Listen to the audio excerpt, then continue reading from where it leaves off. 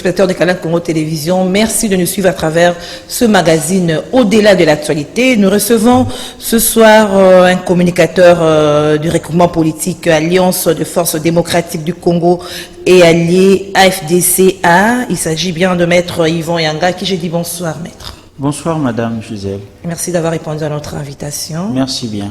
Alors comment se porte votre regroupement politique ? Oui, le regroupement politique AFDCA, dirigé par le professeur Batil Kobo, se porte bien, en merveille. Le président du Sénat. Oui, le président aussi va très bien.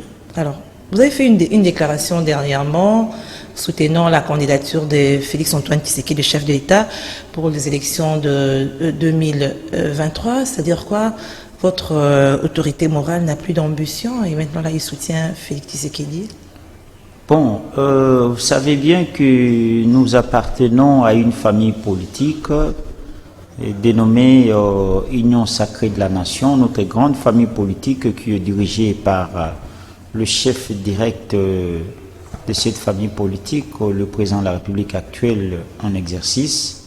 Et nous ne pouvons pas nous exprimer ou nous ne pouvons pas avoir des ambitions au-delà, c'est-à-dire au niveau de la magistrature suprême, sans pour autant avoir un avis favorable de l'autorité morale de l'Union Sacrée de la Nation qui est le président de la République. Et nous n'avions pas l'intention aussi de pouvoir avoir ces pensées-là, d'avoir aligné le professeur Batil Kobo comme candidat président de la République, parce qu'on a déjà un chef qui dirige, c'est le même chef qu'on l'a donné confiance, et nous avions décidé en date du 26 juillet 2021, c'est-à-dire de cette année, dans une réunion qui a réuni les présidents des partis politiques, membres des regroupements, élargis aux sénateurs, aux députés nationaux, aux députés provinciaux, les personnalités politiques et cadres, autour de la présidence du professeur Batil Kobo en sa qualité de président statutaire autorité morale. Il a été question au moins de se prononcer, parce qu'ici, il faut comprendre madame, nous ne sommes pas au jungle où nous ne pouvons pas faire la politique d'Autriche. Ça veut dire la journée nous parlons avec le chef de l'État et la nuit nous lui poignardons le couteau sur le dos. C'est pas du tout normal. C'est-à-dire que vous avez adhéré à l'Union Sacrée d'office, vos ambitions sont tombées.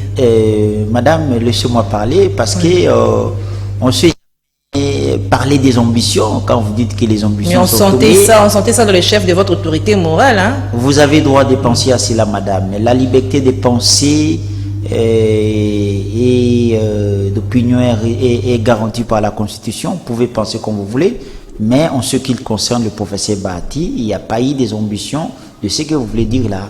Alors, je disais, dans cette réunion qui a réuni les présidents des partis politiques, membres des regroupements, élargi aux députés, sénateurs et députés provinciaux, personnalités des regroupements et cadres, il a été question autour du professeur Batil Kobo de se prononcer, parce que nous ne faisons pas la politique d'Autriche, madame. C'est-à-dire la journée, nous sommes avec les chefs de l'État et la nuit, nous lui poignardons le couteau sur le dos. Non plus. Nous ne sommes pas comme les autres qui acceptent de travailler très volontiers avec les chefs de l'État et après, ils se précipitent à se prononcer comme candidat à la magistrature suprême. Ceci étant dit, le professeur Batil Kobo, en sa qualité du président statutaire, avait présidé cette réunion et à l'unanimité, tous les participants ont voté pour l'accompagnement du président de la République, les renouvellements de notre confiance vis-à-vis de notre autorité morale de l'Union Sacrée de la Nation, qui est le président de la République, chef de l'État, son Excellence Félix-Antoine Tshisekedi, comme il s'est déjà prononcé qu'il sera candidat. Nous avions dit, c'est tout à fait normal. Parce que vous êtes sans ignorer. Le chef s'est déjà prononcé. Hein? Vous êtes sans ignorer. C'est déjà prononcé, vous l'avez dit. Madame, vous êtes sans ignorer que le chef de l'État a une vision. Et cette vision devait s'inscrire dans le cadre de la transformation des retombées positives pour l'intérêt de la population. Mais il s'est fait que le chef de l'État a passé 2 ans de gâchis avec l'UFCC de triste mémoire, qui ne voulait que le rouler dans la farine. Heureusement qu'il a été prudent. Au mois de juin 2020, si je ne m'abuse pas, il a rompu le mariage contre nature avec le FCC des tristes mémoires. Et au mois de janvier de cette année au début, il avait nommé un informateur de la République afin d'identifier la nouvelle majorité. Alors, moi personnellement, à mon humble avis, je peux dire que le mandat en principe du chef de l'État a commencé à partir de ce gouvernement de Warrior. Parce que tous les temps qu'il a fait, il travaillait avec le démon et les diables, madame. Lui-même avait cette bonne volonté. Alors il faut lui accorder une dernière chance. C'est ce que vous voulez dire à la FDC. Sa vision pour l'intérêt de la population. Mais les gens à qui il avait confié, à qui il devait transformer sa vision, c'est-à-dire le gouvernement qui devait définir la politique de la nation, l'a rendu un mauvais service. Et au mois de janvier, il avait nommé un nouveau informateur, un informateur de la République. Et au mois de mai, on avait un nouveau gouvernement. À mon humble avis, c'est avec ce gouvernement de Warrior que les bonnes choses peuvent au moins être pour l'intérêt de la population. Madame, je vais dire ceci. Le mandat du chef de l'État est de 5 ans, selon la Constitution. Et le chef de l'État ne peut pas tout faire seulement en 5 ans. Donc, il va faire ce qu'il va faire. Et les restes, nous avions jugé bon de lui accorder cette chance, de lui renouveler notre confiance. Parce qu'ici, il faut faire la différence, madame. La FDCA, en tant que regroupement politique officiellement reconnu, n'est pas un flatteur comme les autres partis, les autres regroupements politiques, qui passent dans le chaîne de télévision pour critiquer les chefs de l'État, pour parler du mal du chef de l'État, pour insulter les chefs de l'État, alors que nous gérons ensemble avec ceux-là. Ils sont allés encore plus loin de se prononcer sur les ambitions de la magistrature suprême chez leurs leaders en disant qu'ils seront candidats président de la République. Nous nous sommes dit, non, dans une famille politique, on doit quand même avoir de l'éducation. Et s'il faut bien marcher, dans une équipe ou dans une société, vous devriez avoir au moins un leader. Et notre leader, actuellement, c'est le président de la République. Alors, Maître Yvon Yanga. Antoine Tshilombo Tshisekedi, madame, j'ai fini.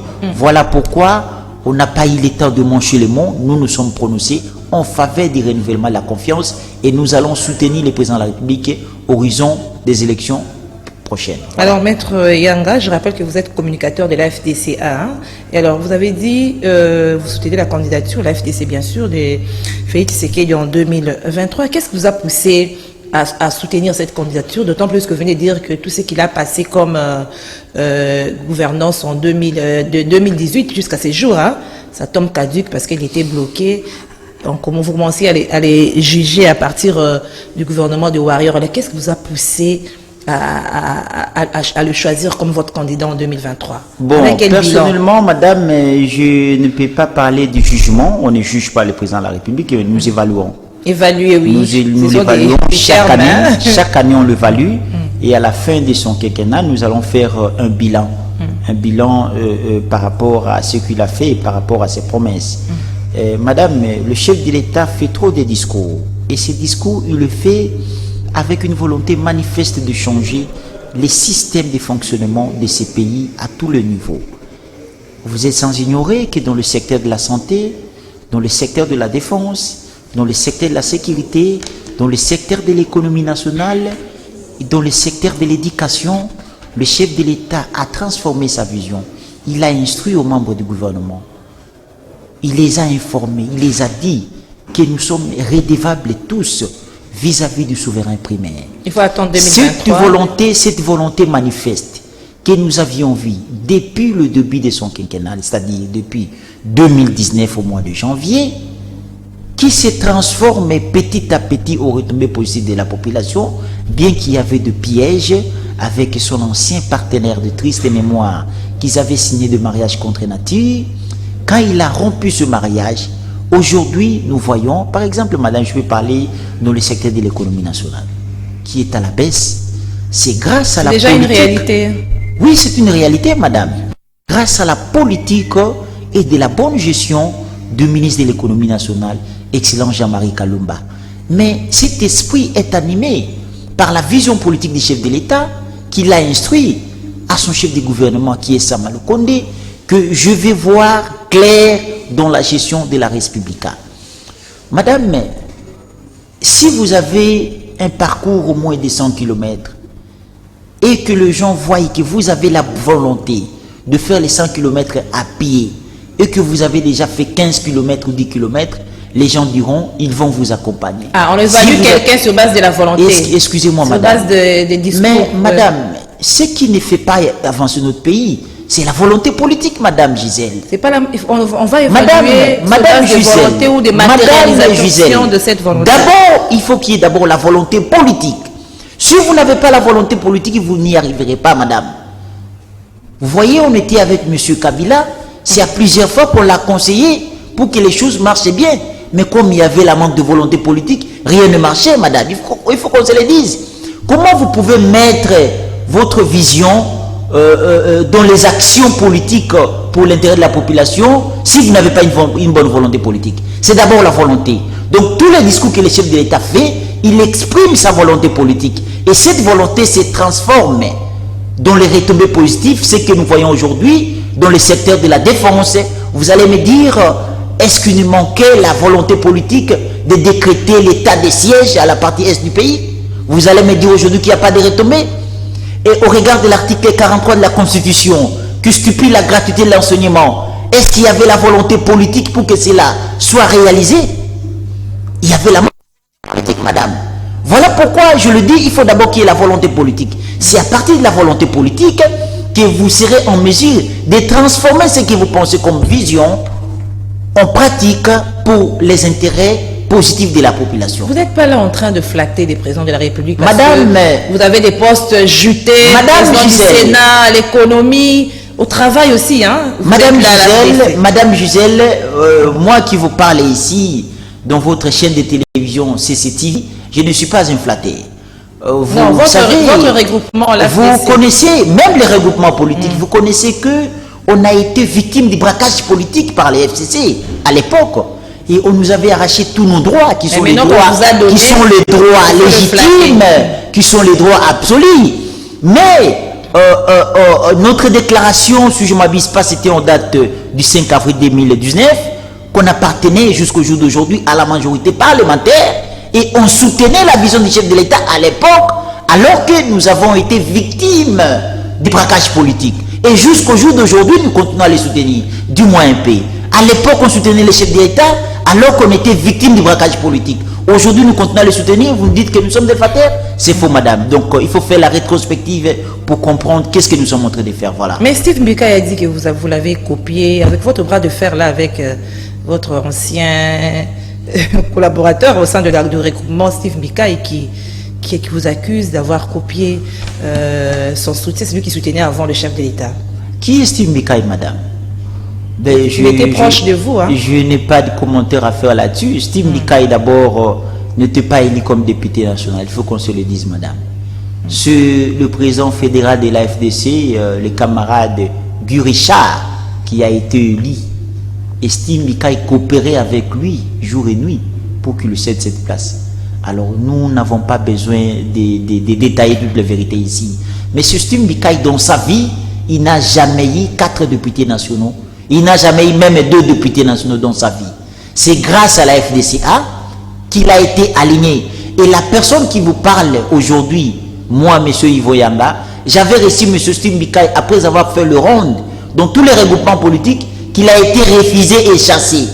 Je pèse bien mes mots, madame, je ne plaisante pas. Il a été refusé et chassé. Je reçu M. Steve Mbika dans mon bureau à Senoué, le bureau de Baptiste.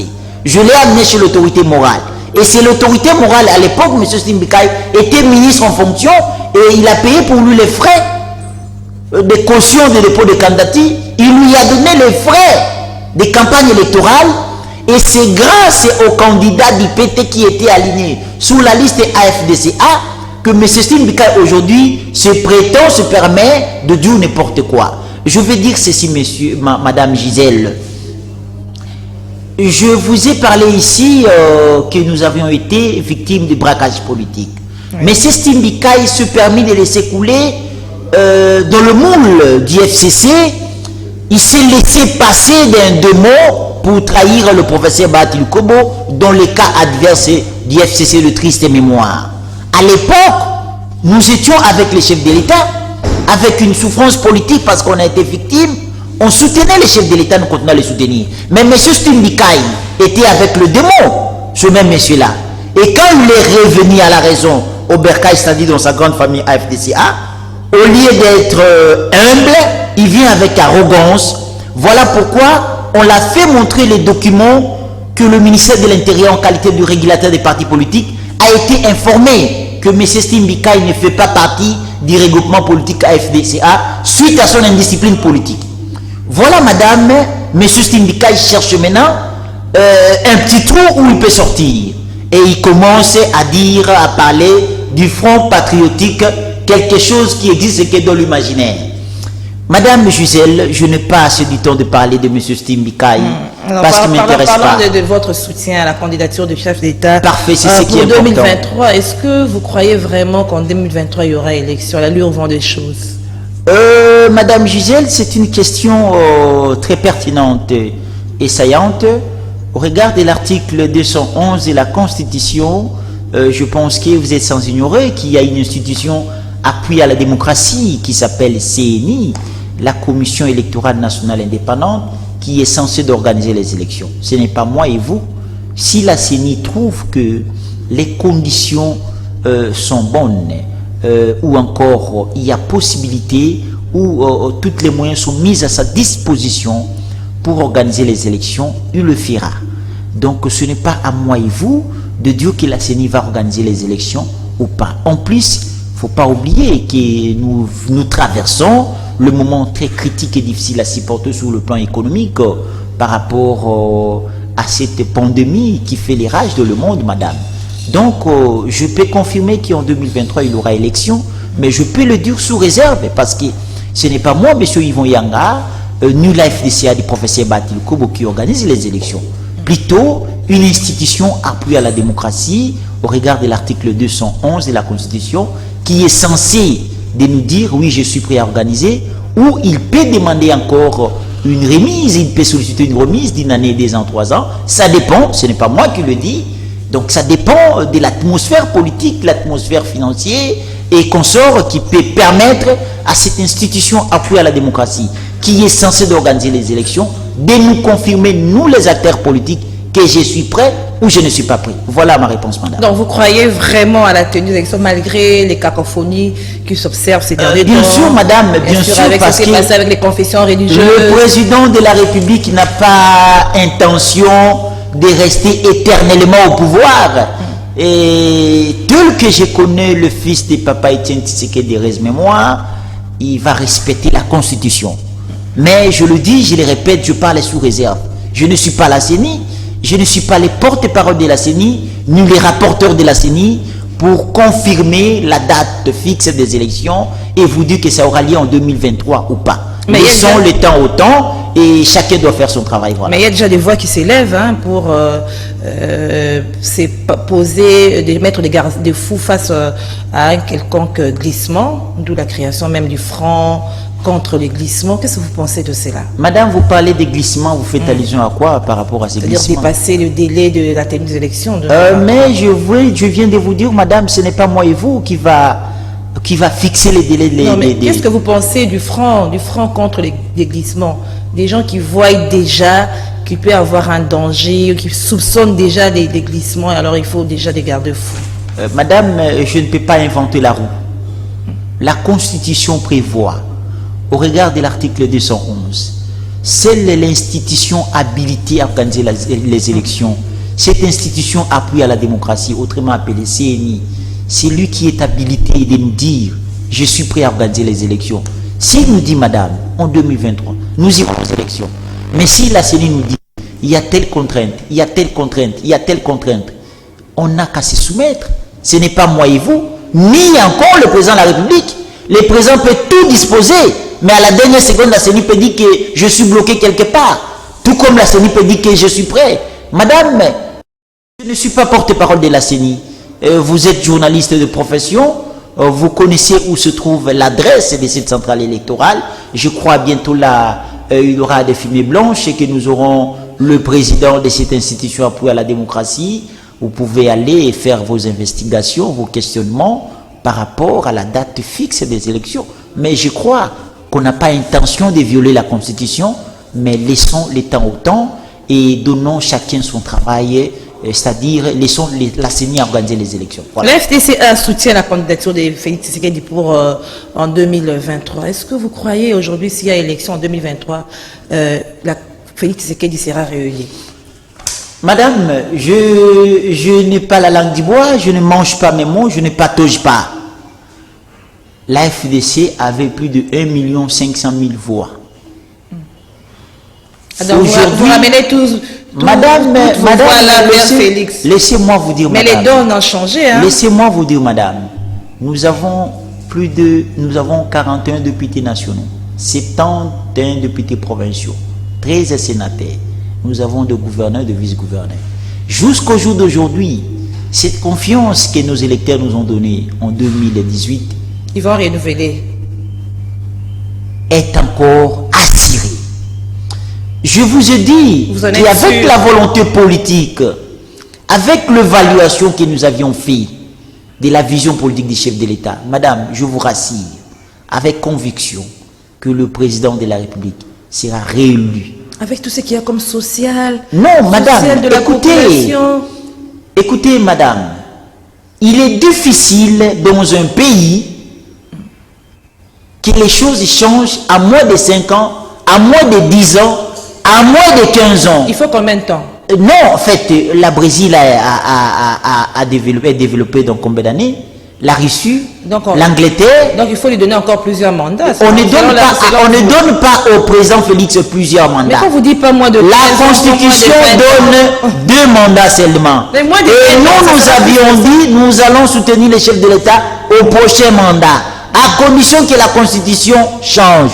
Si la Constitution change, je n'ai pas de commentaires à faire. Et si le président Félix travaille et que nous avions jugé bon encore de nouveau en 2023 ou aux prochaines élections, que notre famille politique, Union Sacrée de la Nation, a bien travaillé, nous pouvons encore donner confiance à quelqu'un d'autre, toujours à l'Union Sacrée, pour continuer la vision du président Félix Tshisekedi. Attendez. Ou encore de la vision de l'Union Sacrée. Madame, je dis ceci. Je suis clair à mes propos. Nous avions décidé de soutenir le président de la République parce qu'on a jugé bon qu'il a une volonté manifeste par rapport à la volonté politique. Et tout ce qu'il pose comme jalon va nous permettre, madame, je vous rassure, dans 3 ans, dans 5 ans, n'attendons pas le développement à 50%, à 70 ou à 100%. Le pays se développe petit à petit. Donnons le temps au temps président Félix. C'est lui qui va remplacer le président Félix après les élections prochaines ou après les élections de 2023. Je parle de l'horizon 2028 ou encore au-delà. Il va continuer cette vision. Le pays ne va pas être développé à moins de 5 ans, madame. Vous voulez condamner le président Félix à moins de 2 ans et demi? Mais soyons quand même sérieux. Dans quel pays au monde un président de la République où le gouvernement l'a fait développer à moins de 2 ans? C'est pratiquement impossible. Voilà, monsieur Maître Yvon Yanga, l'Union Sacrée dont vous faites partie, la FDCA, a plusieurs personnalités, plusieurs personnes politiques qui ont aussi des ambitions. Vous ne voyez pas que vous êtes en train de créer une division au sein même de l'Union Sacrée, d'autant plus que c'est le moment d'abord de parler si haut de votre soutien à quelqu'un qu'on peut se considérer comme membre de l'Union Sacrée, parce qu'il y a tant d'autres personnes aussi qui ont des ambitions à la présidentielle. D'autres personnes qui ont des ambitions, qui sont c'est là, madame. Vous êtes journaliste, allez vous enquêter. Qui vont peut-être se manifester au moment opportun. Attendez au moment opportun. Mais nous sommes déjà prononcés. Qui se manifestent, on verra. Nous sommes déjà prononcés qu'on va soutenir le président de la République. Il y a peut-être ceux qui sont les... Il y a peut-être Moïse Katumbi aussi. Et Madame. Être candidat à la magistrature suprême, à la députation nationale, provinciale, au Sénat, au consort, c'est un droit légitime, un droit légal, un droit constitutionnel. On n'empêche à personne. Le regroupement cher du professeur Batil Kobo, la FDCA, s'est décidé le 28 de ce mois de soutenir le président de la République aux prochaines élections. Pourquoi pas Moïse Katumbi? Est-ce que Moïse Katumbi lui-même personnellement se prononçait qu'il sera candidat? Vous êtes journaliste, vous avez suivi Moïse Katumbi qui s'est dit que je serai candidat? pour me poser la question pourquoi ne soutenez pas Moïse Katumbi. Mais aussi l'Union sacrée, il y a des ambitions cachées. Et nous et Moïse Katumbi, nous sommes tous de la même famille politique, dirigée par le président de la République, Félix Antoine Tshilombo Tshisekedi. Comment on peut combattre notre chef dès lors qu'il est encore au pouvoir? Je peux répondre ceci, madame. Je n'ai jamais suivi Moïse Katumbi, que je respecte beaucoup, se prononce en disant que je serai candidat à la magistrature suprême. Alors, il ne faut pas se faire le porte-parole de Moïse Katumbi, madame. Nous avons un seul chef de l'Union sacrée, qui est le président de la République. Nous avions décidé, on a opté pour le soutenir. Voilà. Voilà, l'FDC qui continue à croître, hein, à s'élargir, le nombre de ses adhérents. Nous avons vu l'adhésion d'un artiste musicien. Qu'en est-il? Oui, madame, je salue mon aîné, le grand Mopao Kofi Olomide, qui a fait un choix judiciaire, madame. Vous savez, le regroupement cher du professeur Bahati Lukobo, ce n'est pas la première fois qu'il fait adhérer les grands artistes musiciens, à l'occurrence Honorable Weranson, que vous êtes ignorante, que c'est un député national élu. C'est la complicité de Minakou, de Chadari, de Néhémie, de Calais, de consorts, qui étaient contre les élus de la FDCA. Ils ont d'abord commencé à couper la tête et le pied du professeur Bahati Lukobo. Imaginez-vous, madame, dans votre fief, dans votre province, où vous faites 8 députés nationaux, 9 députés provinciaux, vous faites des sénateurs, vous êtes le sénateur le mieux élu avec 14 voix. Madame, on peut aimer votre parti politique, votre regroupement, et les gens ne vous aiment pas. On a commencé à couper la tête et le pied des professeurs au site Kivu pour l'illuminer. Et après, on est maintenant arrivé à assimiler ces candidats, ces députés élus. L'honorable Weranson était un député élu. Je viens de vous le dire, les Minakou, les Chadari, les Néhémie ont comploté pour nous arracher au moins 50 députés nationaux, madame. Je ne mange pas mes mots. Aujourd'hui, vous avez un autre musicien. Parce qu'ils étaient jaloux de nous, qu'on n'avait qu'un seul poste de responsabilité, alors que le PPRD avait plus de 350 postes de responsabilité. Voilà, l'honorable Weranson avait fait un bon choix. Et aujourd'hui, c'est le vieux Kwada Kouraman, Kofi Olomide. Il est toujours avec vous, Wera? Bien sûr, il est toujours avec nous. L'honorable Weranson, qui me suit en ce moment, il est toujours avec nous.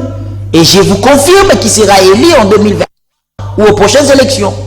Parce qu'il est encore aimé, écouté dans son fief électoral. Alors, et je crois bien que le grand Mopao Kofi Olomide a aussi des ambitions politiques. Quel est son apport au sein de la FDC? Bon, c'est un acteur, c'est un artiste musicien, mais Georges Weah était devenu président de la République. Il y a des joueurs, il y a des artistes qui sont des députés nationaux, dans les autres pays, ils sont des sénateurs.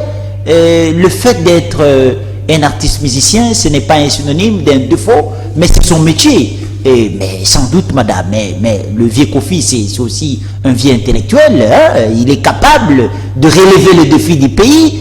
Et s'il peut avoir un poste de responsabilité ou encore l'espace de devenir député national, il va donner le meilleur de lui. Son apport est qu'il a des ambitions politiques, mais il va se prononcer après. C'est pourquoi il a jugé bon de rejoindre l'Union sacrée via les regroupements politiques AFDCA. Voilà, madame. Voilà. Maître Yvon Yanga, parlons un peu de ce qui s'est dit un peu dans le coulisses, qui est votre autorité morale, Bahati Lukobo.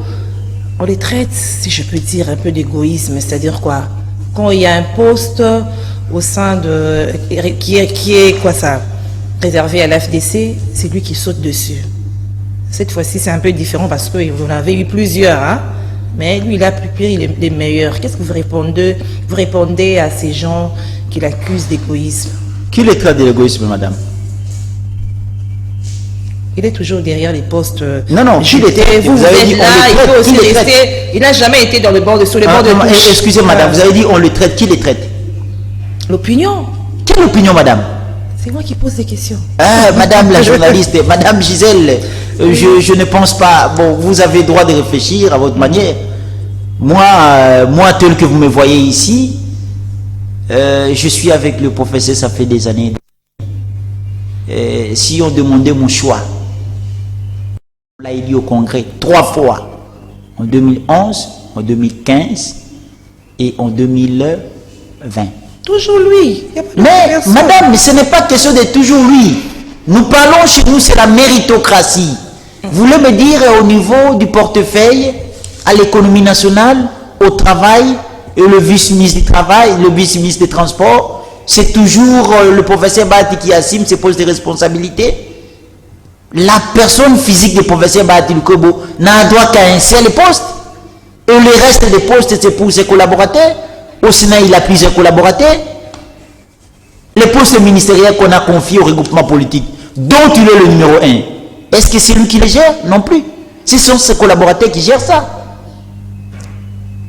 Vous jugez quelqu'un alors que ses collaborateurs ne le jugent pas, madame?